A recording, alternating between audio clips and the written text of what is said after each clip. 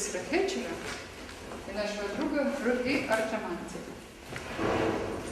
Как переводчик. Профессор Уильям Хетчер много лет работал в Канаде в университете Лаваль, как философ, как математик и логик. И не первый раз уже в Петербурге в университете, и здесь, на этом факультете тоже. И сегодня первая из двух лекций, первая лекция, как они сами сейчас объявят, универсальные ценности, и в среду, что такое объективность. Все, просим внимания.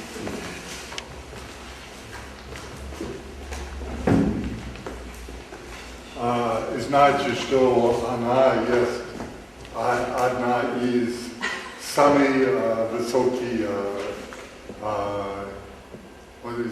художников в Петербурге. Без шока, без шока.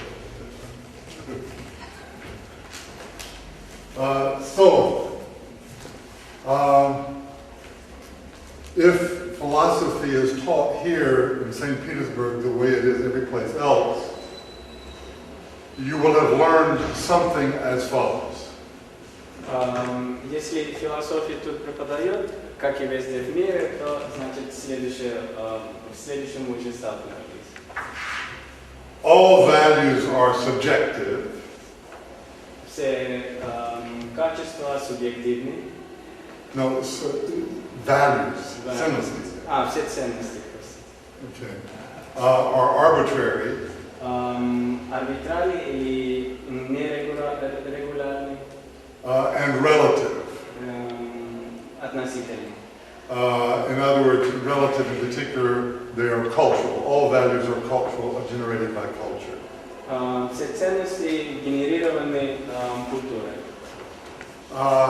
Today I will prove to you that there are some values, not all values, but that there are some values that are objective. Сегодня я вам докажу, что есть некоторые ценности, которые объективны, that are regular, регулярные, and essential, that is universal. И необходимы или универсальны. And in particular, this means that they pre-exist culture. They pre-exist culture. Это, в частности, значит, что они существуют культуру. Okay? Это очень важно. Вы слышите об этом смысле, нет? Что ценности есть субъективность, и только субъективность и так далее. Это смысл, который вы знаете, нет? Хорошо. Вот.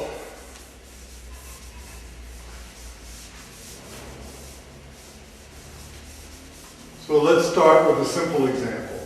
Давайте начнем с примера. Let's consider a baby who has just been born. Допустим, ребенок, который только что родился. The very instant. В тот же самый момент. If you put a sweet substance to his lips, such as honey, если предподнести сладкое вещество, например, мед, к его рту, he will smack his lips. He will respond positively. у него будет позитивная реакция. If you put on his lips a bitter substance like quinine, если предподнести к его рту горькие вещества, как quinine. It's what they use to make medicine for paludism. It's a bitter substance. It's a very bitter substance. Например, вот, что упомянуто было, quinine, по-английски, по-русски, вот, извините.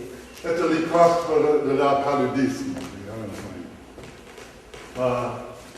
Then the child will recoil in obvious avoidance. Тогда ребенок будет отрицательно реагировать и negatively, he will recoil, right? Да, отрицательно, это значит, он наоборот будет отвергать это вещество. Now you may say, well, this is just an instinct. This is just an instinctual response. Вы можете сказать, что это всего лишь инстинкт, инстинктивный импульс. Fine. Хорошо. Хорошо. The point is, it is universal. Universal. Дело в том, что это универсально.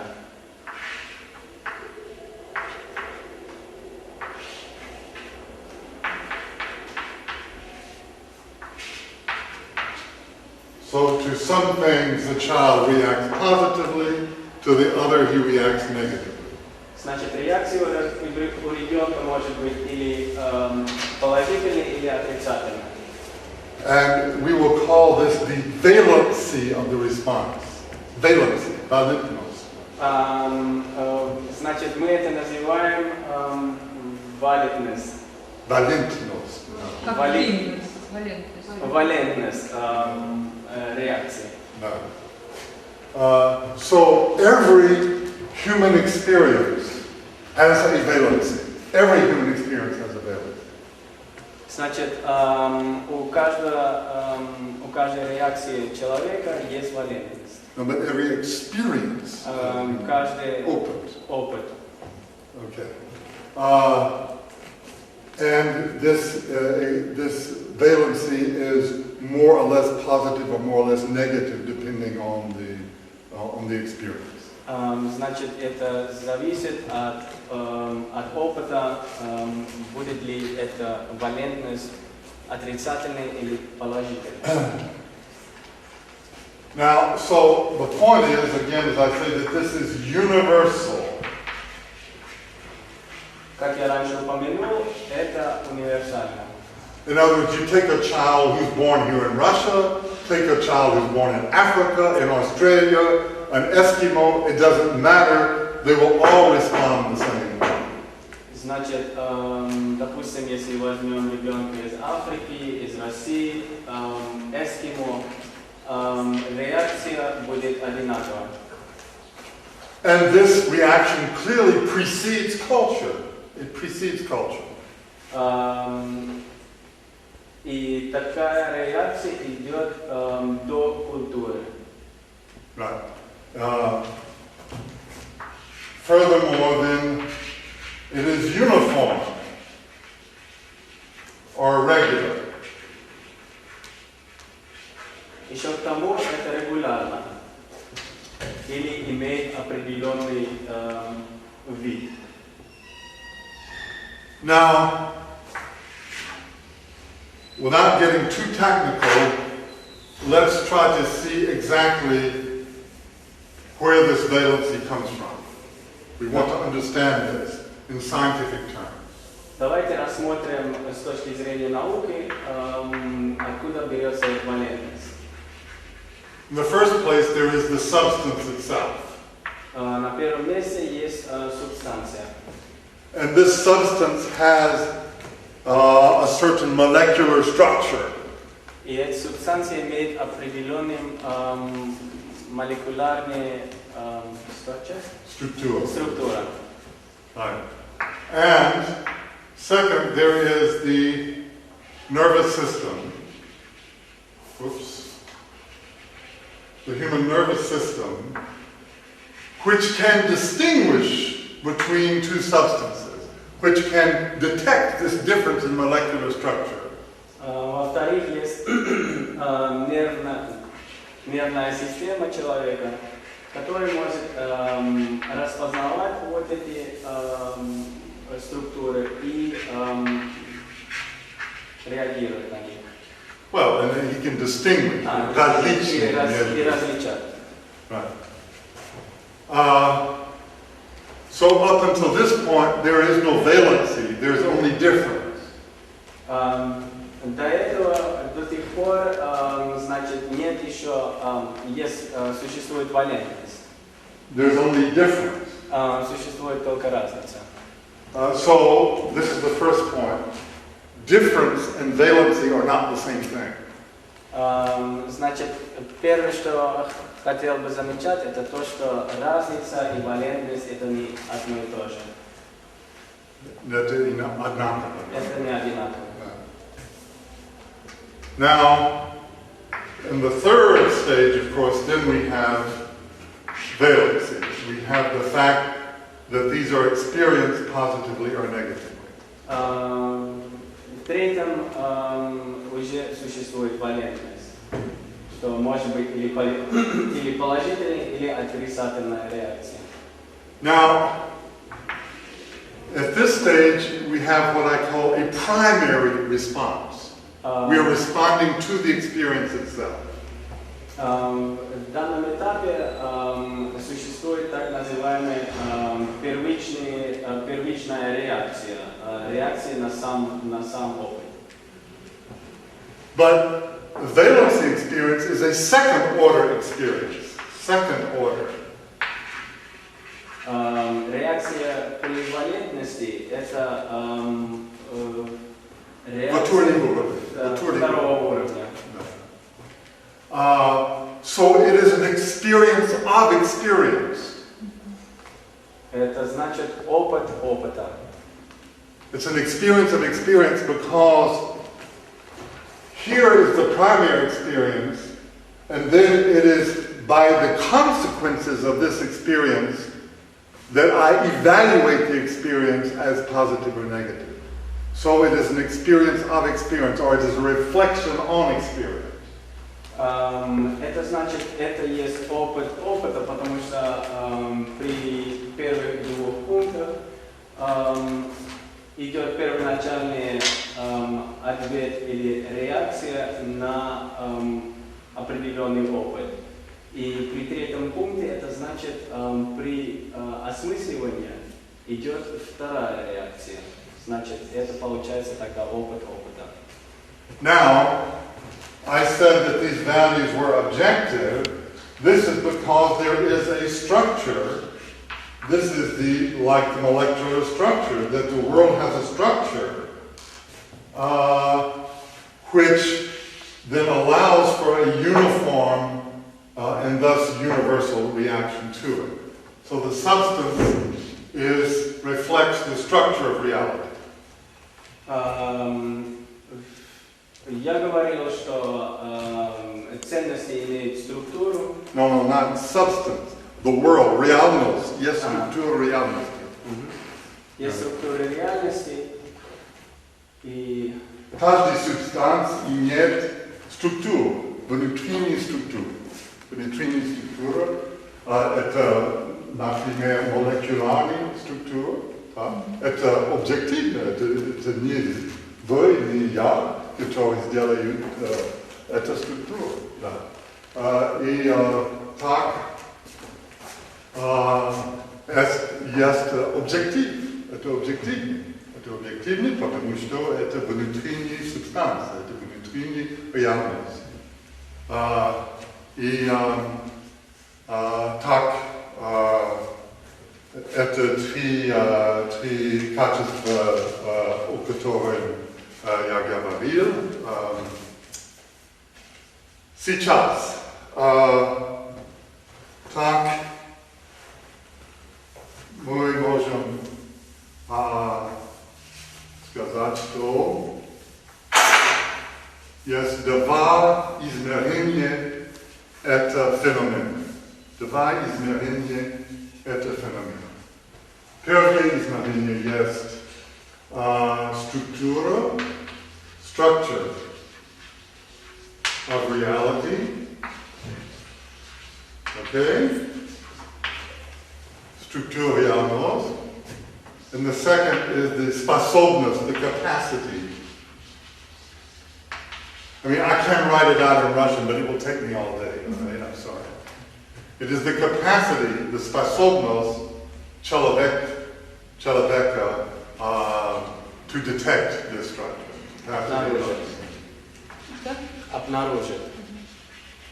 Right. So it is these two things which generate this is the objectivity, it is the regularity, and the universality lies in the fact that there is a human nature. That there is a human nature. Значит, вот эти два пункта, О которых я говорил назад. доказывают, что существует человеческая природа. Well, in other words, what is this universal capacity? Human is, of course, first of all, in the genome, in the genetic structure. Во-первых, что такое человеческая способность? Это in the human, в человеческой генетике. The part of it, on the most basic part is that. Самый первоначальный уровень это генетики. But now let's take another example. Теперь другой пример. And this is a somewhat more sophisticated example. Это весьма более сложный пример. So we take the same baby. Возьмем того же ребенка. And we can observe that he will respond negatively to cruelty. Cruelty. И мы можем также наблюдать, что он отрицательно реагирует на жестокость. And he will respond positively to love and kindness. И он будет положительно реагировать на любовь и доброту. This is also universal. Это тоже универсально.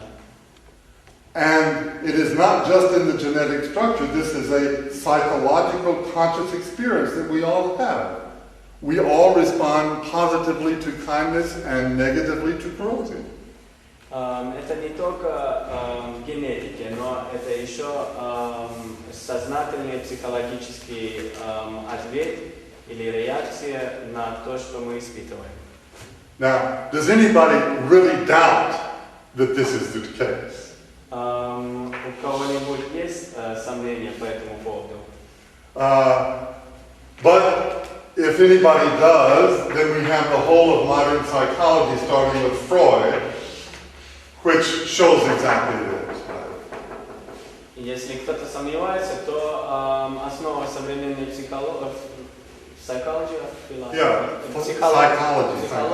это основа Фрейда, which shows exactly that. который показывает именно это. This is the most universal finding in all of psychology, is that the life experience of each of us is significantly determined by the degree of love or cruelty we experience as children.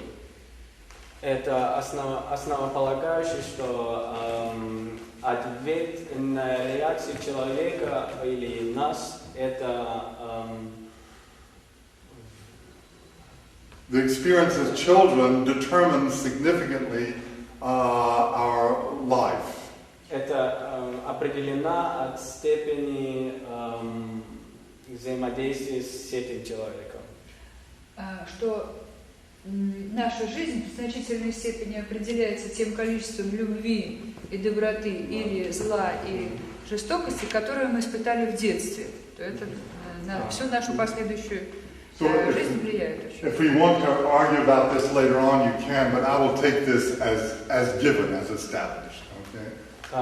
Попозже, если у вас есть замечания по этому поводу, можно дальше об этом поговорить, но пока мы это берем как факт. Now, of course, these uniformities are empirical. We observe them. These uniformities are empirical. Вот эти сходства, они эмпирические. But do these uniformities allow us to say that there is a universal human nature? Позволяет ли эти сходства нам сказать, что существует универсальный human nature, природа человека. универсальная природа человека? Universal nature. Okay. Well, it certainly suggests that there is such a universal human nature. Это действительно говорит, предлагает, что существует такая универсальная человеческая природа. If we did not find any such uniformities, then of course we might very well think that there is no universal human nature. Если бы мы не нашли, обнаружили такие сходства, то мы могли предполагать, что не существует такая универсальная человеческая природа. But given these uniformities, then it is strongly suggests that there is such a universal nature. Но раз даны такие сходства, значит, это очень сильно предполагает, что существует такая человеческая универсальная природа. However, these uniformities are not a proof of such a human nature. They are not a proof. Тем не менее, такие сходства не являются доказательством такой природы. Why? Почему? Because if these uniformities are simply due to the current genetic configuration of the human being, if they depend on random events, then tomorrow they may change. These uniformities may disappear tomorrow. It's possible. И если эти сходства случайные, значит, эти сходства могут и исчезнуть завтра. In other words, how can you know that there will not be born tomorrow some child or some children who doesn't react this way? I mean, you can't prove that it can't happen, right? Как можно и другими словами сказать, что завтра не будет рожден ребенок, который наоборот будет реагировать на данные импульсы? So, the hypothesis that there is a universal human nature is a Platonic hypothesis. Так что гипотеза, что существует универсальная человеческая природа, это платоническая гипотеза. And this is an hypothesis which I make. And this is a That I make this hypothesis. И это гипотеза, которую я делаю тоже. So, in other words, from the Platonic point of view, the observed uniformities are reflections of a absolutely pre-existing universal human nature. Так что с платонической точки зрения observed. Empirически. Эмпирические наблюдения, the observed Uniformities. Это рефлекс. Как зеркало. Как зеркало. Это платонический мир, это, если вы хотите, духовный мир, это идеальный человек, это природа человека, это объективный сущность,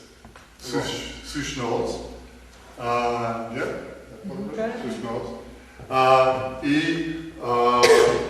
это these uniformities then are reflections in the material world of this universal human nature. Значит, эти сходства – это отражение reflections of некой идеально существующей природы человека, и вот эти как бы отдельные, но постоянные проявления в реальности подсказывают нам, что существует таковая универсальная природа человека. Now, many philosophers are not willing to make this hypothesis, and therefore they continue to say, well, we don't really understand human nature. Right? Многие философы не хотят делать такую гипотезу и продолжают говорить, что мы можем сказать, что существует такая универсальная человеческая природа. Now, what are the main parameters or aspects of this universal human nature? Каковы главные аспекты этой человеческой природы? For the most fundamental is consciousness. Самое основное это сознание. Самисознание. Самосознание. Сознание и самисознание. And as far as we know, the human being is the only creature who has self-consciousness. И насколько мы знаем, человек это единственное создание, которое обладает самоосознанием. Now, if you're one of those people who believe that animals have this also, I won't argue with you. I will just say that whatever consciousness animals may have, it is infinitely inferior to the consciousness that human beings have, as demonstrated by observed behavior. Если кто-то из вас хочет говорить, что и животные обладают такой способностью, то я могу сказать, что такую способность обладают животные на гораздо немерено низком уровне по отношению к человеческому уровню. So from now on, when I talk about consciousness, I will mean human consciousness. Так что если я сейчас буду говорить о сознании, значит имеется в виду человеческое. And this consciousness has at least three dimensions. Это сознание имеет три дименсии. Измерение. Okay. First is an intellectual. Первый это умственный.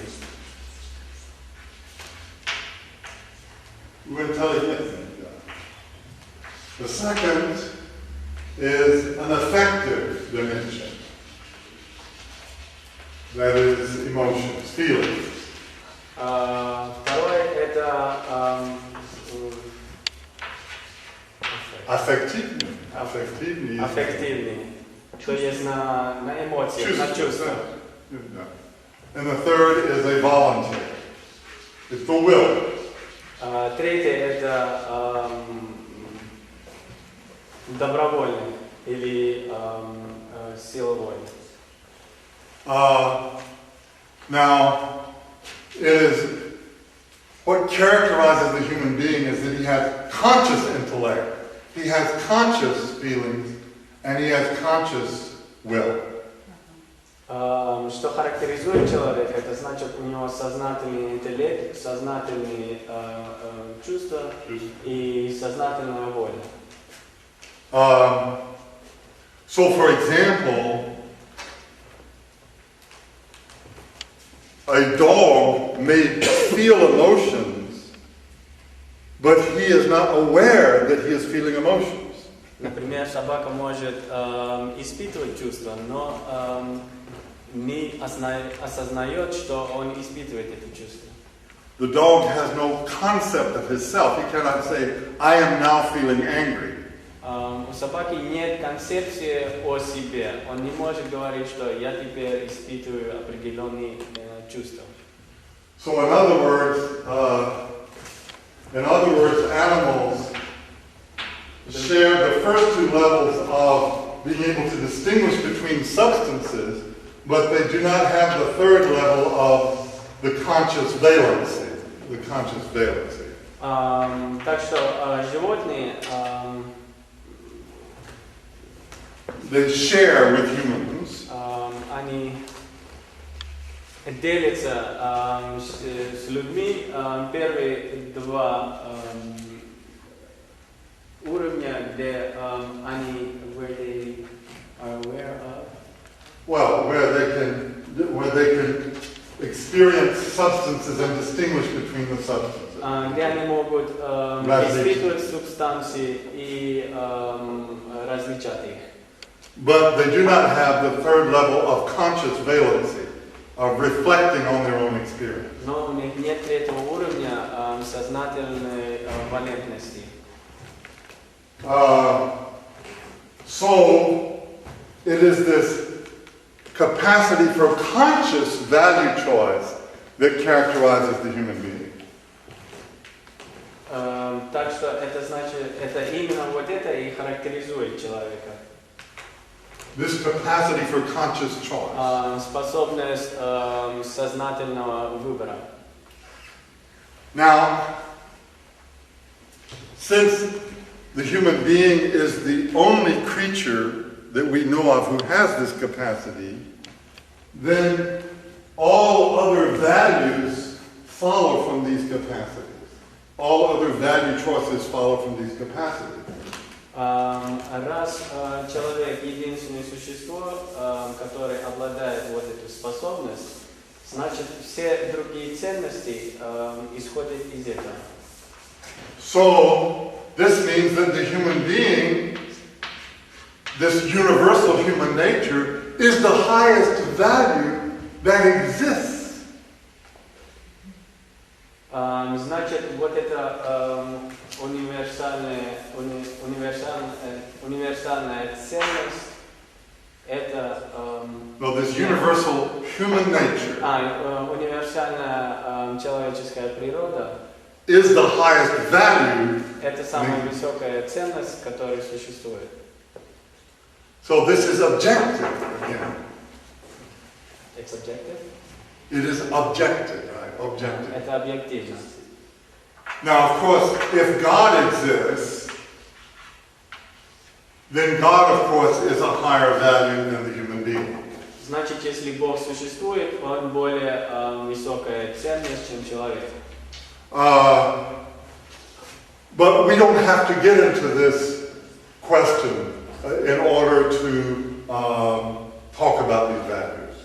Но нам не стоит углубляться в этот вопрос, чтобы понять вот эти ценности. So I will say that the human being is the greatest value in creation, just to make it clear. Значит, я буду говорить, что человек самая высокая ценность в человеческом создании, мире творения. Right, yeah, in the creation, to exclude God. Чтобы исключить Бога. Ничего, если Бог не Бог, это не главный вопрос сейчас. Это главный вопрос, но сейчас не главный вопрос для нас сейчас. Okay, so the human being then is the greatest value in creation. He is the source of all other values. Значит, человек самая высокая ценность в природе. Он создает все ценности. Well, this is a sufficient basis for all of ethics. Это достаточная база или фундамент для Morality. Для человеческой моральности. For example, if the human being is the highest value, then the human being is more important than any idea that is produced by the human being. Значит, если человек самая высокая ценность, значит, он выше даже любой идеи, которая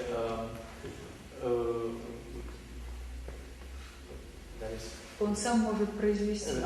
Да, он сам может произвести.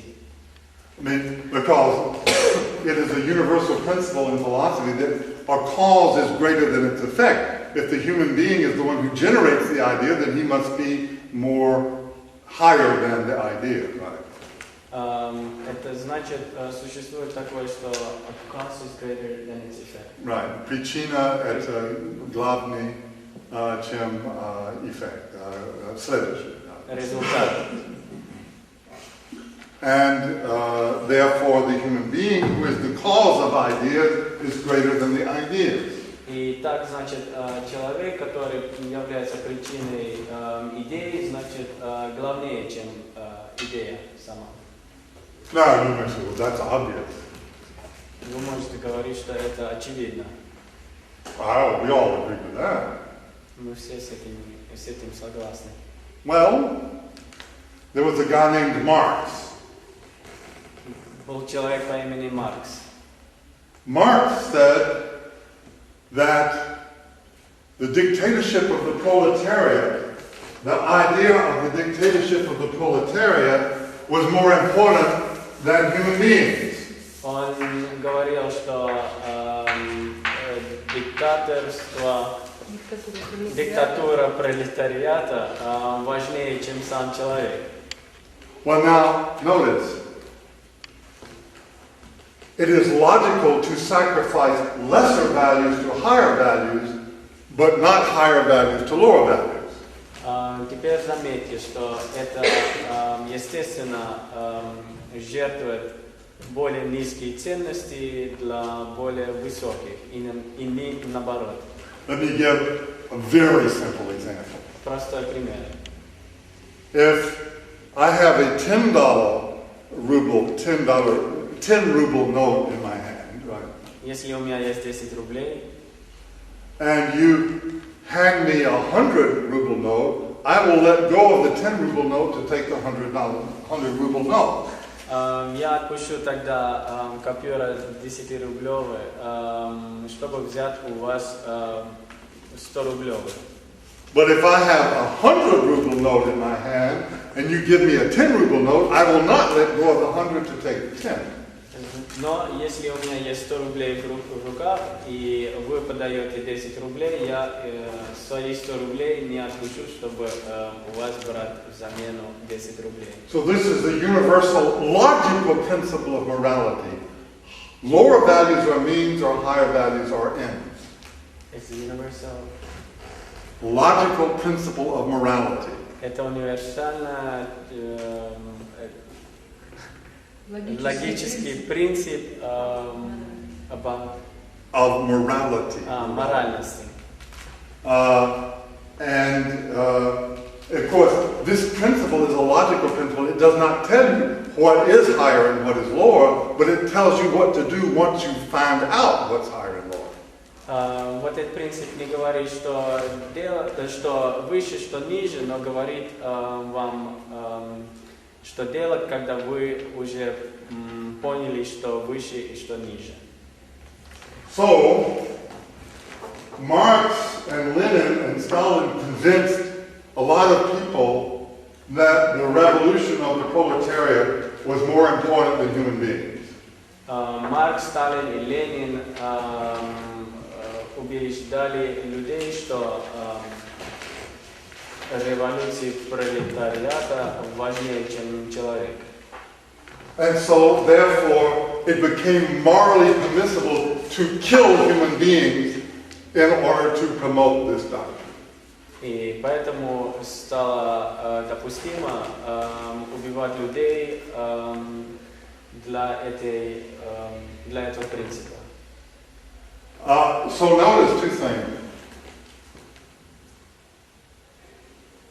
If we observe a cruel action, a human action that is cruel, заметьте две вещи. Если мы наблюдаем жестокую жест от человека, there are two things involved. включены две вещи. There is the act itself, which is cruel. If it inflicts pain on somebody else, then it is a cruel action. Есть само действие, которое, если это жестокое, то это inflict. Происходит какая-то боль. Да, происходит определенная боль. But there's also the motivation for the act. Why I did this action. Но при всем существует еще мотивация, почему было совершено такое действие. And so, ideology allows us to give a moral justification for our cruelty. Значит, идеологии являются Идеология выступает в роли оправдателя жестоких действий, ну как сказать, против морали. Because ideology holds that some ideas are more important than human beings. Потому что идеология в себя включает, что существуют некие идеи, которые важнее, чем человек. But this is a false principle because it goes against the universal objective values that we have demonstrated. Но это ложный принцип, потому что это идет против Универсальные ценности, о которой мы говорим. Универсальная ценность. О которой мы поговорим.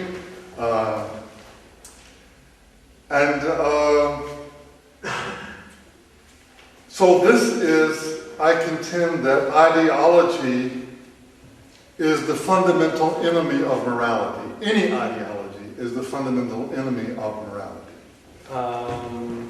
Значит, идеология – это фундаментальный враг любой морали. Настоящей морали, скажем. Настоящей морали. Well, communism is not the only example of this. Коммунизм не единственный пример этого. Christianity provides an example. Христианство дает пример. You know, for 300 years, the Romans persecuted the Christians. 300 лет римляне преследовали христиан. And then Constantine proclaimed Christianity the religion of the Roman Empire. И тогда Константин объявил христианство религией для Римской империи. And then in 325 of the Christian era, Constantine called the council at Nicaea. В 325 году Константин звал совет, council in Nicaea, in Greece. В Ницее, в Греции, Никее. Okay. And here they voted on what was Christian ideology. И тут они решали, что является христианская идеология. And historians tell us that more Christians were killed by other Christians in the first generation after Nicaea than all of the Christians killed for 300 years by the Romans. И история показывает, что в первом поколении после этого совета в Никее были убиты большее количество христианства самим христианином, чем в течение первых 300 лет. By the Romans. Римской армии. Or we can look at the Inquisition. The Inquisition. Или мы можем смотреть на инквизицию. Which Dostoevsky talks about in the Brothers Karamazov. О котором Достоевский говорит в «Братьях Карамазовых». Yeah, incidentally, there is a troupe from Moscow that is playing the Brothers Karamazov this Friday and Saturday, if you're interested. Случайно есть группа из Москвы, которая показывает вот этот спектакль. Brothers Karamazov. So the more humanitarian an ideology, the easier it is to justify cruelty in its name. Тем более человеческая идеология, тем легче оправдать жестокость. Let me give you a simple example. Простой пример. We will agree that not everybody is equally kind, right? Some people are kinder than others. Мы можем согласиться на то, что не все люди одинаково добрые. Some people are kinder than others. Есть те, которые подобрее, чем другие. Now, okay, fine. Это просто, это несложно. And we would also agree that the world would be better if everybody were maximally kind. Значит, можно предполагать, что мир был бы лучше, если все были бы максимально добрые. Agree? Согласны? Now, I will tell you how to do this. Я вам скажу, как это делать. We will kill all the unkind people. Мы убьем всех недобрых людей. Now, that's ideology. Это идеология. That's ideology which says that the end justifies the means. Это идеология, которая говорит, что Цель оправдывает цель средства. оправдывает средства. This is the logic of ideology. Это логика идеологии. If I told you that I know somebody who goes around killing children and raping women and burning houses, you would say he's a psychopath. He's the worst person that you could know. Если я бы тут ходил и вам рассказывал, что есть человек, который убивает детей, насилует женщин и поджигает дома, вы бы сказали, что он полный сумасшедший. But open your television. Every night you can see on the news people in camouflage fatigues in Bosnia, in Chechnya, in Iraq who are doing exactly that. And they are called heroes. Но стоит лишь включить телевизор, и вы можете каждый вечер видеть такие зрелища, где люди в униформе именно это и делают. В Боснии, например. Or Chechnya, в Чечне, or Iraq, Ирак, or Israel. в Израиле. And they are heroes. They're called heroes. И их называют героями. Okay? Это правильно или нет? Это просто. So,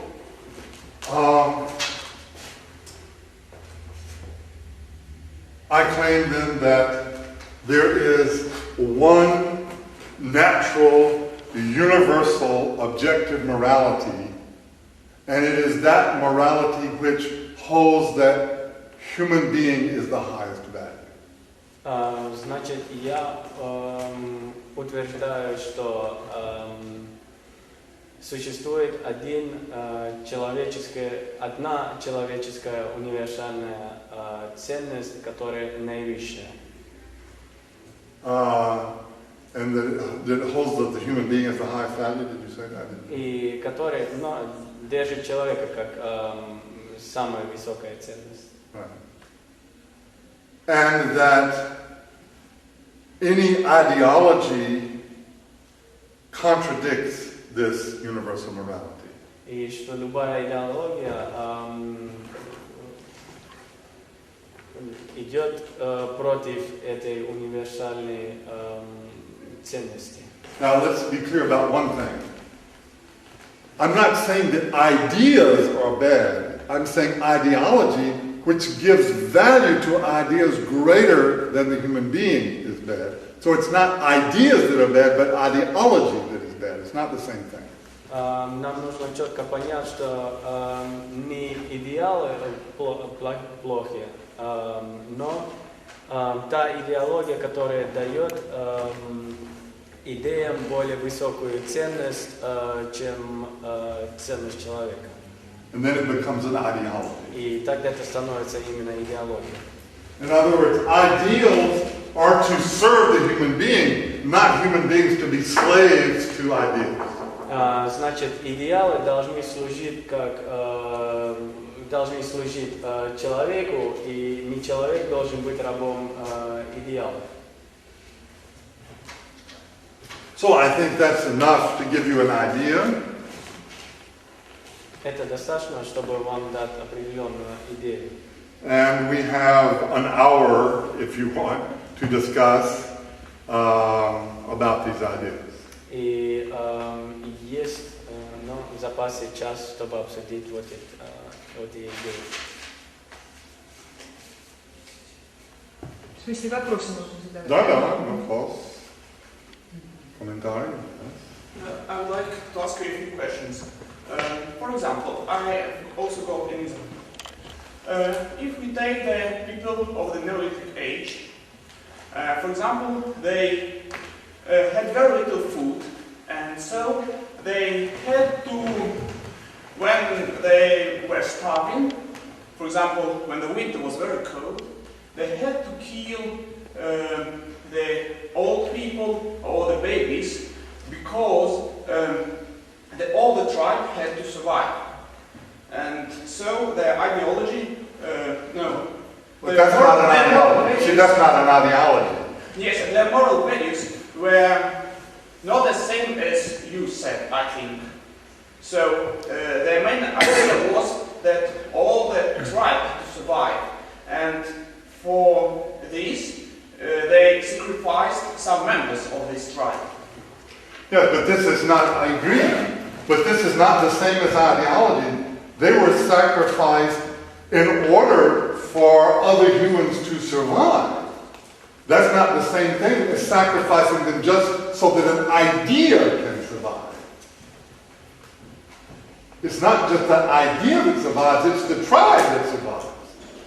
So, however sad this fact is, it's not an ideology. It's not an ideology. It is a fact. I mean, let's suppose that it was an objective fact that if the older people were not allowed to die, that the whole tribe would be destroyed. Then that's an objective fact. That's not an ideology. That's not an idea that somebody dreamed up. It's a fact. So however sad that fact is, it's a fact. You see? It's not the same thing as ideology at all. Okay, but there are people who govern the state that say that the state is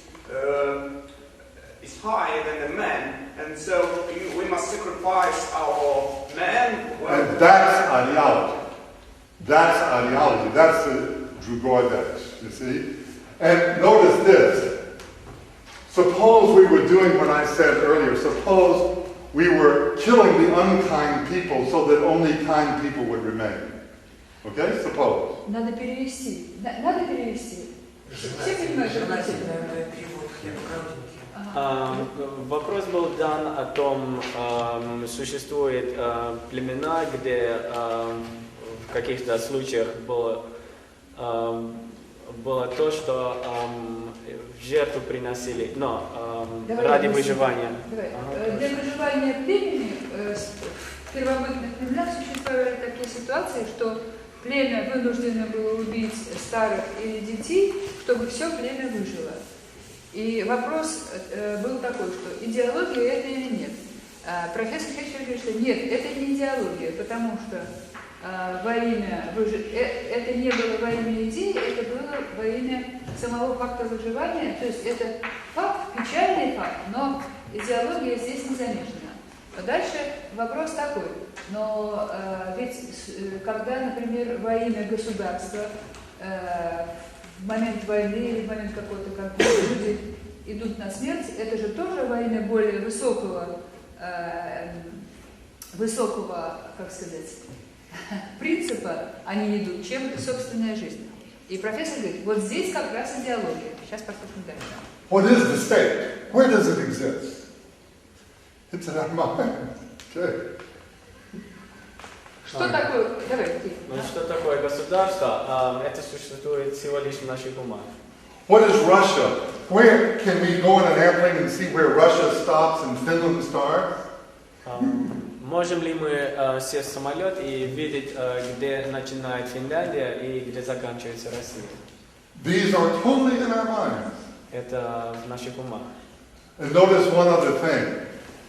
If I was trying to kill all the unkind people, so to have only kind people, Так что заметьте одну вещь. Если я бы убивал всех недобрых людей, чтобы иметь добрых людей только, what would I do if I didn't know that you were kind enough to live? What if I had doubts about you?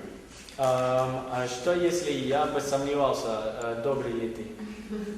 What would I do? Что я бы сделал? Obviously, what would I do?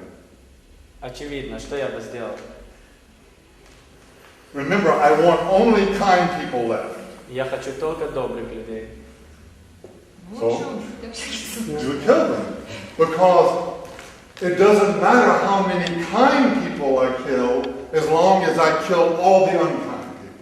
See? Я бы, очевидно, бы убил этого человека. Это не было во имя идеи, это было во имя самого факта выживания. То есть это факт, печальный факт, но идеология здесь не замешана. Дальше вопрос такой, но ведь когда, например, во имя государства в момент войны или в момент какого-то конфликта люди идут на смерть, это же тоже во имя более высокого, как сказать, принципа они идут, чем собственная жизнь. И профессор говорит, вот здесь как раз идеология. Сейчас послушаем дальше. What is the state? Where does it exist? It's in our mind. Okay. Что такое? Давай, ты. Ну, что такое государство? Это существует всего лишь в наших умах. What is Russia? Where can we go in an airplane and see where Russia stops and Finland starts? Можем ли мы сесть в самолет и видеть, где начинает Финляндия и где заканчивается Россия? These are totally in our minds. Это в наших умах. And notice one other thing. If I was trying to kill all the unkind people, so to have only kind people, Так что заметьте одну вещь. Если я бы убивал всех недобрых людей, чтобы иметь добрых людей только, what would I do if I didn't know that you were kind enough to live? What if I had doubts about you? А что если я бы сомневался, добрый ли ты? What would I do? Что я бы сделал? Obviously, what would I do? Очевидно, что я бы сделал? Remember, I want only kind people left. Я хочу только добрых людей. So, you would kill them. Because it doesn't matter how many kind people I kill, as long as I kill all the unkind people. See? Я бы, очевидно, бы убил этого человека, потому что не важно, сколько недобрых людей я бы убил при этом. Главное, чтобы остались только добрые. Right. Well, it doesn't matter how many kind people I kill, as long as I get all of the unkind ones, right? Ну да, что главное при этом все недобрых тоже уничтожить. Now, this was exactly the language of ideology in Germany or in Russia in the Soviet time.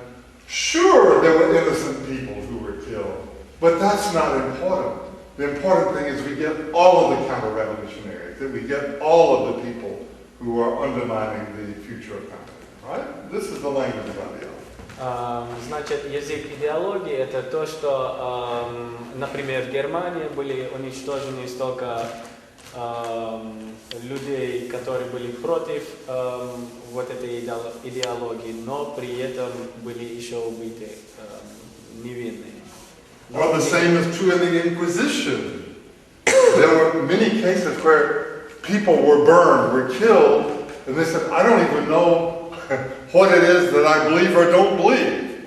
Tell me what to believe and I'll believe it. И также при инквизиции, что столько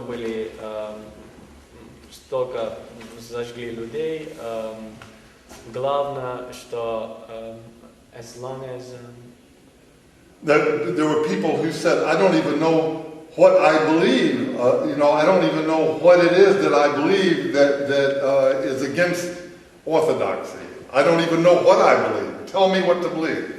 Были люди, которые говорили, что не знают, во что верят, или во что они верят, которое является противоположным данной идее, или да. Так что дайте просто, покажите, во что верите. And the inquisitor would say, what? That's it? You don't know what to believe, and so you are endangered, right?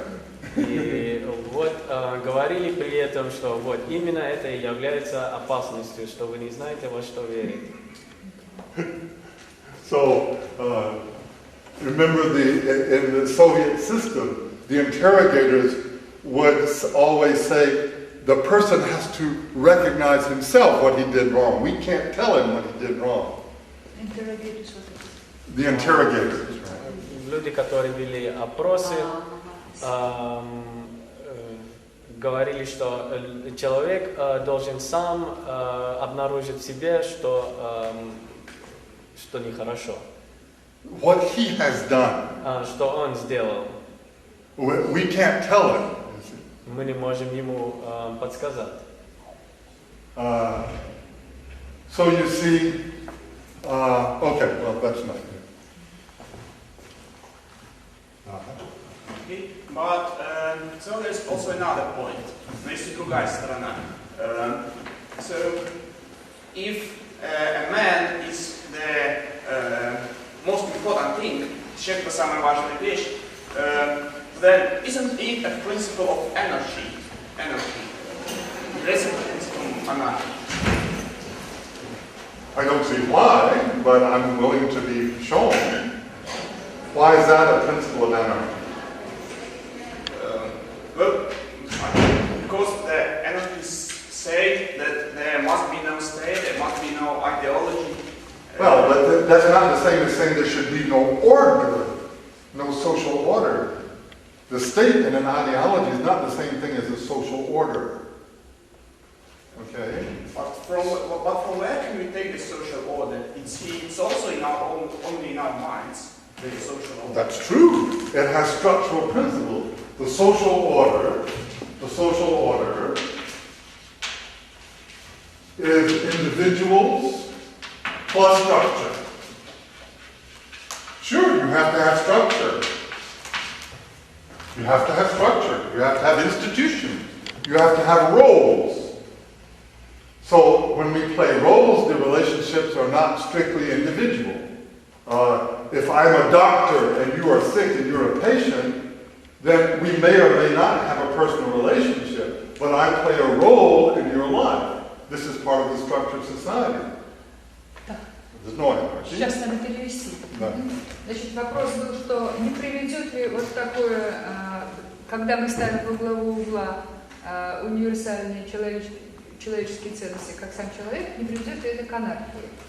Но мнение профессора такое, что к анархии это вряд ли приведет, потому что государство и вообще порядок, организация в обществе необходимая. Вопрос такой, что идеология и государство, правильно ваш вопрос понимаю, что обычно государство и идеология идут вместе. Но профессор говорит, что это вовсе не обязательно так уж вместе.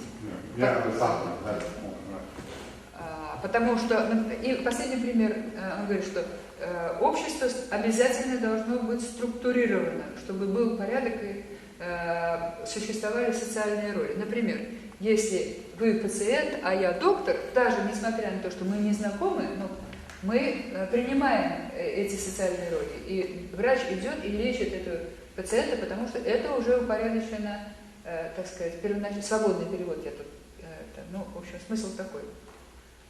Now, of course, порядок задан. You can't have a structure that is going to keep selfish people in power, which is what political power wants, of course. Значит, нельзя иметь структуру, которая будет поддерживать эгоистических людей, но это именно то, что сейчас государство и хочет.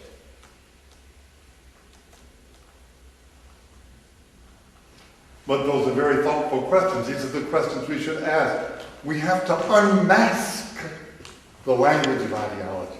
We have to unmask the language of ideology. Это были очень хорошо продуманные вопросы, и мы должны отмаскировать, как это, маску снять, да, идеологии. The language of ideology. The language of ideology. Язык, но мы должны вот именно распознать язык идеологии.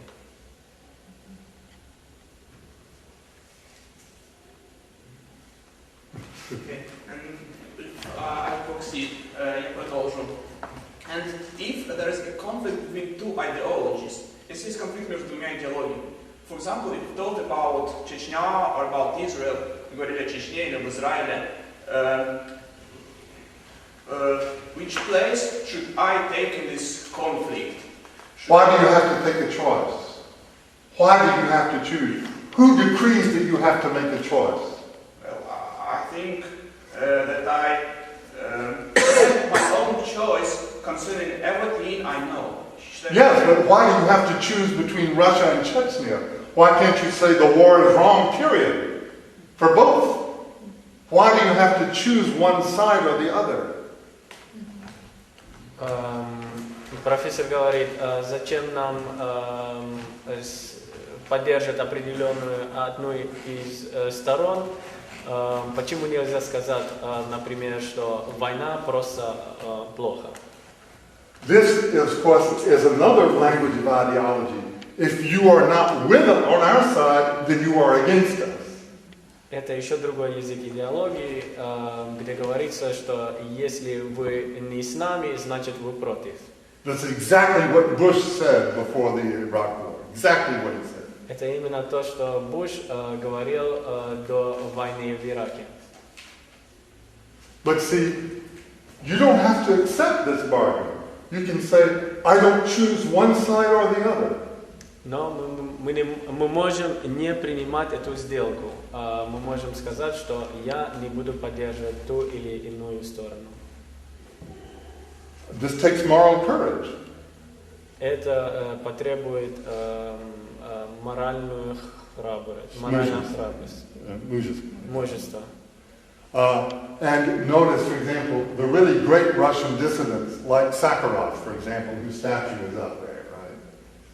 Давайте возьмем, например, Сахаров, чей монумент там стоит. And the other important Russian dissidents, right? И другие важные русские диссиденты.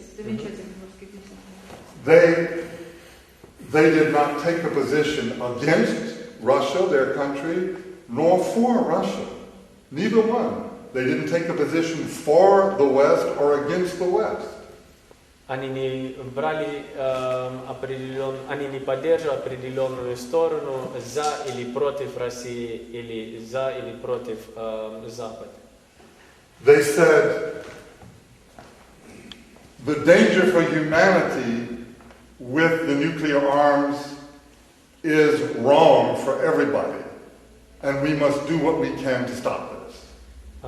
Они говорили, что в общем опасность ядерных оружий это опасно для всего человечества, и мы должны что-то против этого сделать. This is a language that is moral and not ideological.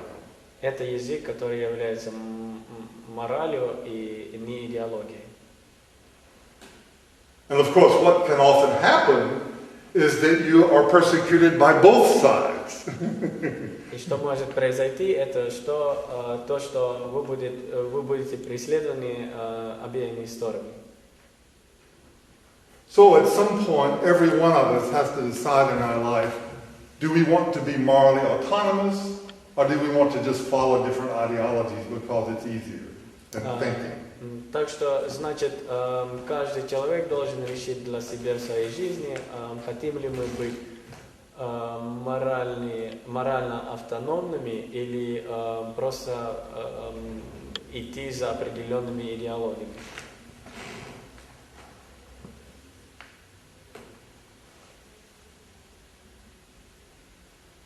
А вот я хочу сказать,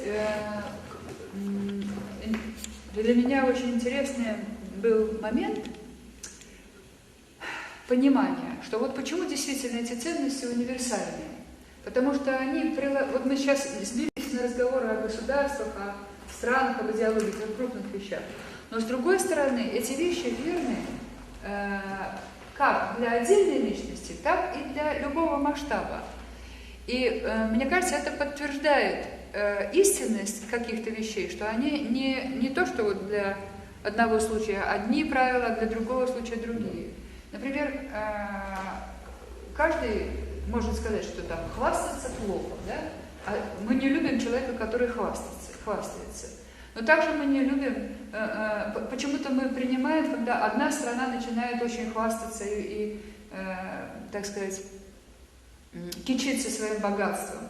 Или мы не любим, когда человек подчеркивает свои несчастья, да, там все время говорит, ой, какой я бедный, я несчастный, я нуждаюсь в помощи. Но почему же мы приемлем такие вещи для крупного масштаба, для государств? И мне вот кажется, что мы в своей жизни, именно опираясь на вот эту единственную, действительно объективную ценность, человеческую жизнь, человеческую душу, мы можем как-то избегать вот этих впадений в некрасивые какие-то крайности. Вот.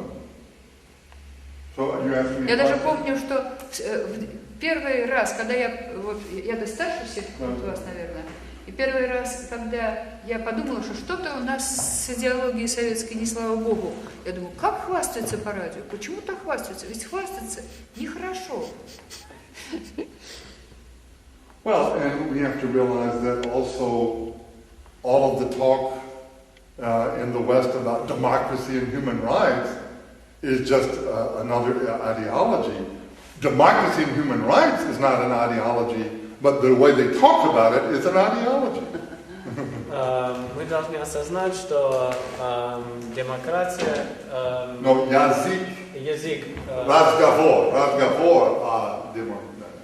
разговор о демократии и human rights.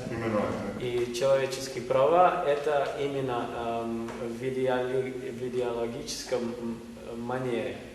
Вот, это и есть идеология. Нет, подожди, не совсем то.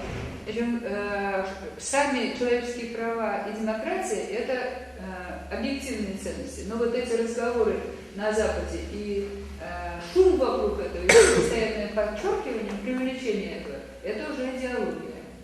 Вот так я понимаю. I'll put a dilemma. For example, if you had a choice, если у вас есть выбор between a human's life, между человеческой жизнью, and, for example, between the pyramids of Egypt, между пирамидами Египта, what would you choose? I would choose the human life, unhesitatingly. Who gives a damn about the pyramids? I mean, what good do they do? Профессор говорит, что я бы выбрал однозначно человеческую жизнь. Какое нам дело до египетских пирамид? You know, I mean, slavery has been the basis of every economy from the beginning of time up until the 19th century. That doesn't make slavery a good system. Рабовладельство является основой многих экономических и многих экономик в разных странах, но это не говорит о том, что рабовладельство это хорошее дело.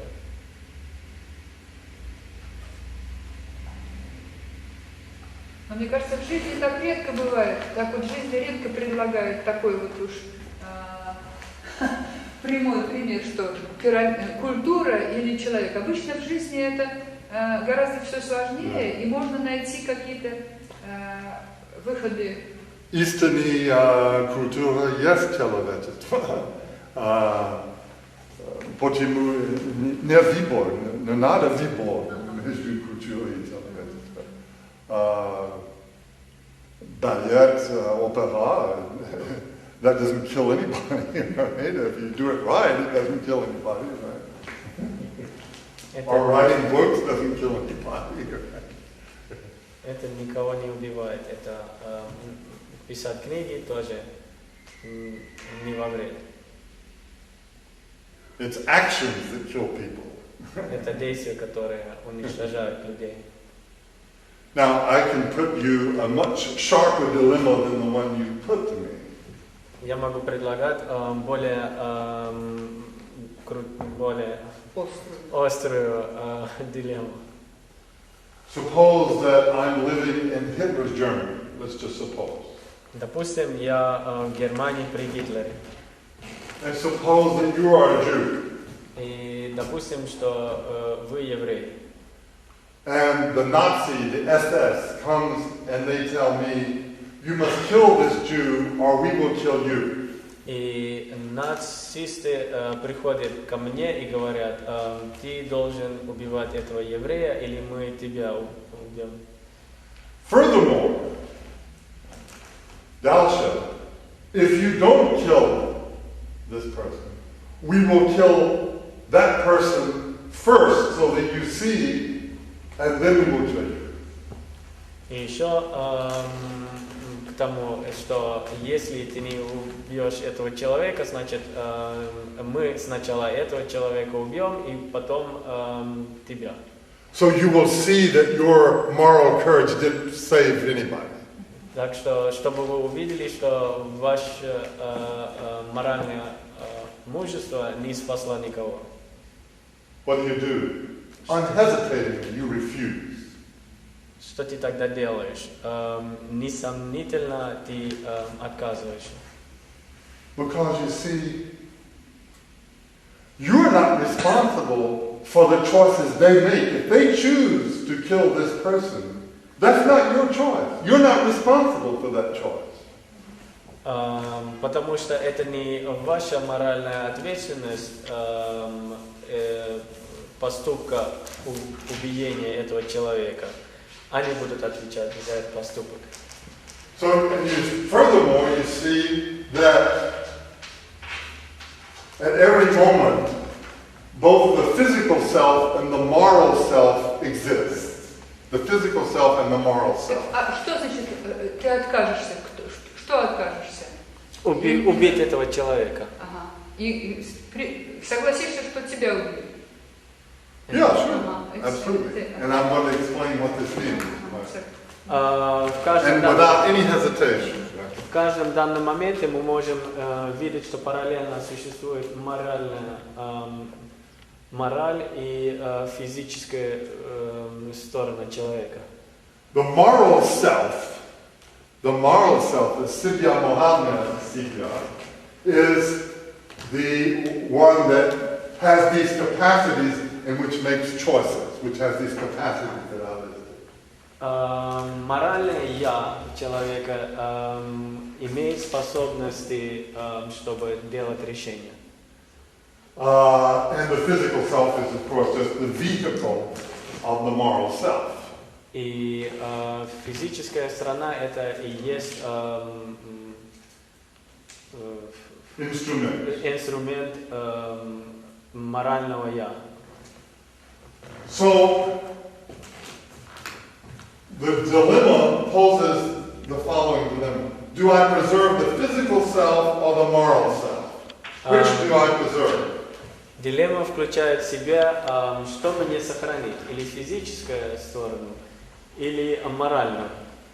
Because you see, as soon as you commit an act that you judge to be wrong, you are no longer the same person. Потому что как только вы совершаете определенные действия,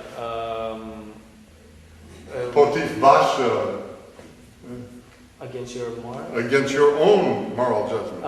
против вашей против вашего морального сознания, это вы тогда уже не тот самый человек. So you see, you cannot preserve the moral self if you act immorally deliberately. You destroy the moral self if you act immorally. Значит, вы разрушаете морального я, если вы действуете имморально. Consciously. Сознательно. So, as Socrates already said 2,000 years ago, given the choice between preserving the moral self or preserving the physical self, it's obvious that you preserve the moral self. Так что, как Сократ заметил 2000 лет назад, если есть выбор сохранить моральное я или физического, то очевидно, что морального стоит тут сохранить. Because the physical self is going to die in any case. Потому что физическое я в любом случае умрет. And how do you know even that, suppose you do this in order to preserve your physical self, what will be the quality of your life after you do this?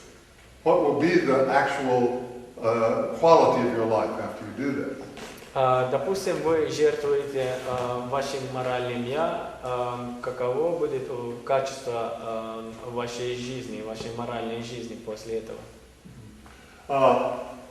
Experience with people who have done these things under pressure, like in prison camps and so on, shows that they suffer for the rest of their lives. They suffer the rest of their lives from the fact that they've done these things. Как из опыта показано, люди, которые под давлением жертвовали своим моральным «я», после этого страдали всю свою жизнь. I mean, this is clinical evidence that we have from psychology. Это клиническое доказательство из области психологии. So these are real dilemmas, you see. Так что это настоящие дилеммы. Now, of course, it is rare that in our ordinary lives we have such a clear, hard dilemma as that. Но это можно сказать, что в повседневной жизни нет таких четких или острых дилемм. But we have little dilemmas like, are we going to tell a lie? Or are we going to cheat? Or are we going to betray a friend? We have all these little things every day. And if we can either give away our moral self once, or we can give it away, shoot, every day.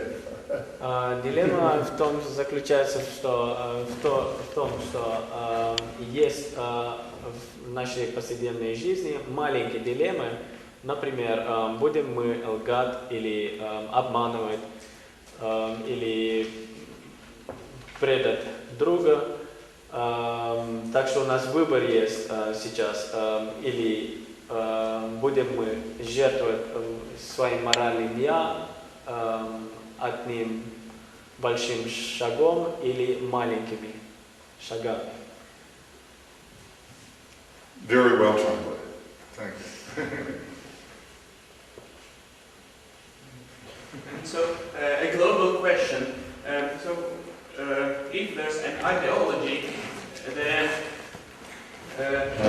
why they are so Attractive. Why they are so attractive? Because they say, what is the sense of life? Why do we live here? What do we live for? Зачем мы живем? And if following your mind, the most important value is the human life, then what? Therefore, the meaning of life is to serve this value. The meaning of life is to serve other human beings. It is service. Okay. That is the meaning, is to honor this value. to serve other human beings. Так что, у вас вопрос был прозвучен полностью по-русски? Ну да, в случае, каков случай смысл жизни, если не в идеологическом смысле, если главное это человеческая жизнь? И ответ профессора был, что главная цель человека это служить этой ценности. Другим человеческим существам.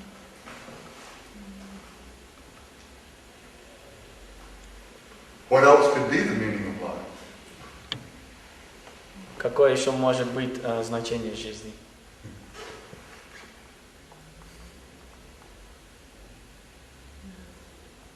You see, I believe that ideology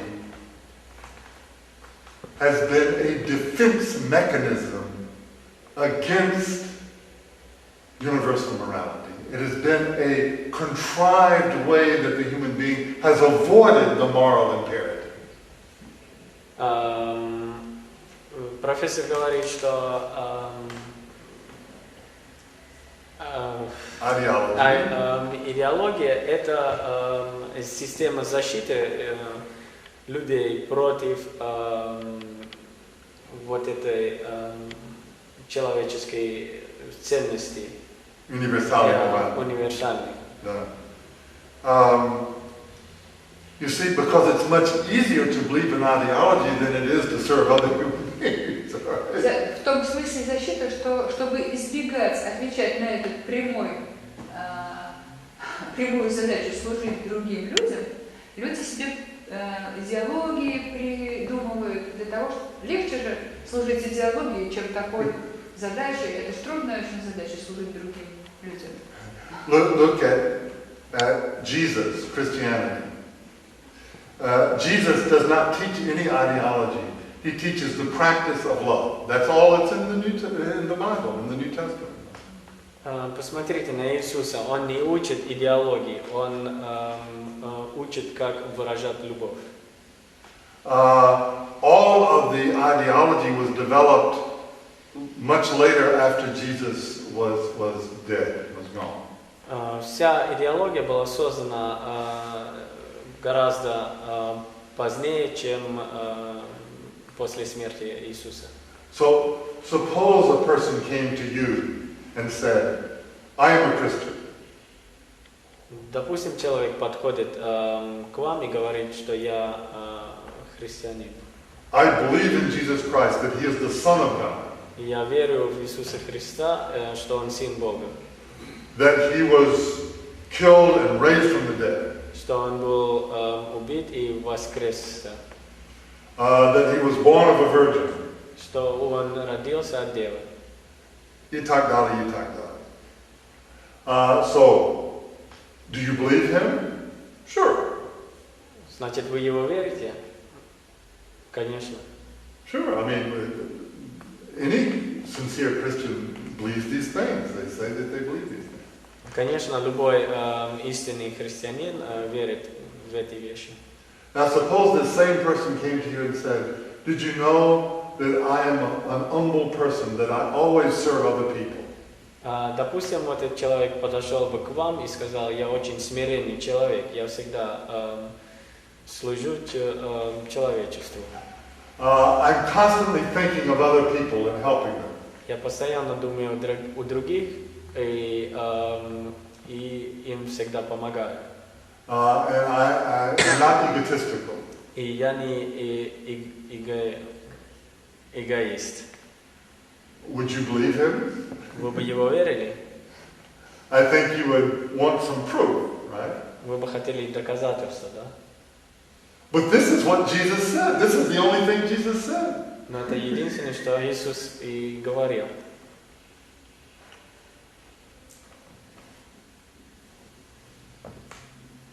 У меня вопрос.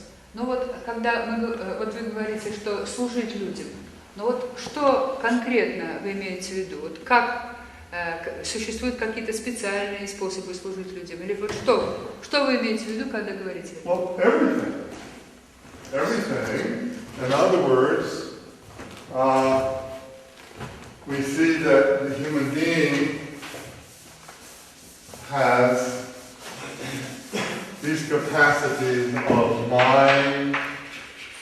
dimension of heart and of will. Right? Имеется в виду все. Мы видим, что у человека есть способности ума или разума, сердца и воли. Now, to serve other people is simply to use these capacities to help other people develop their capacities rather than to use these capacities to gain power over them. И значит, человек, to lift up other people. Значит, человек должен использовать вот эти способности, чтобы помочь другим развить эти способности, и не наоборот, чтобы превышать себя над другими, используя эти способности. And so it's a very creative process. Это очень творческий процесс. So it means that you love other people. Это значит, что вы любите друг друга. That you act in such a way as to help them if they are in need. You help them. Это значит, что вы помогаете им, если они в этом нуждаются. And you use your mind to develop abilities that can help other people, such as becoming a doctor or such as studying philosophy, if you do this in order to help other people. И вы используете свой разум, свой ум, чтобы помочь другим людям развиваться. Например, вы им помогаете стать врачами или психологами, философами. In other words, it can be both indirectly and directly. Well, they don't exclude each other, right? Значит, другими словами, это может быть посредственно и непосредственно. One doesn't Они не exclude the other. исключают друг друга.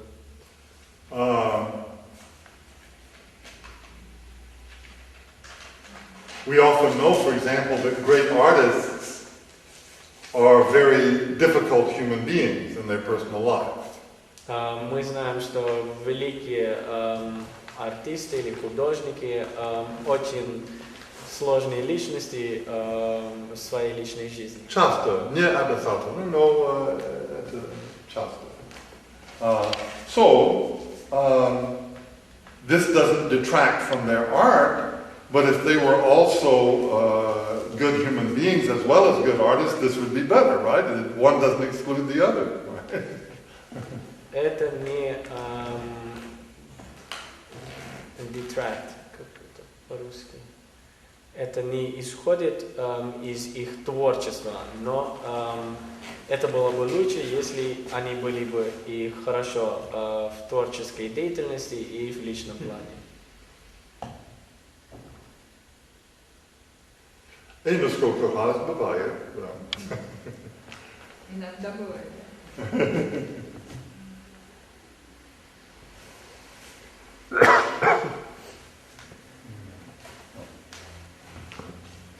Well, maybe we should end, I don't know. Ну, может быть, уже закончим тогда? Okay. Если нет вопросов. Было интересно или нет? Спасибо. В среду еще будет... Ask if they're coming next time, because I can give them this, the more I can give now, the less I'll have to carry next time. Если вы придете в следующий раз, профессор может выдать вам свои книги и ну, вот. Yeah, I've already given them this book. Это другая книжечка. Это основа следующей лекции.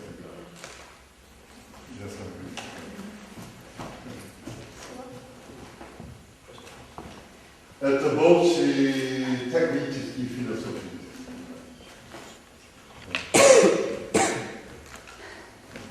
Спасибо большое.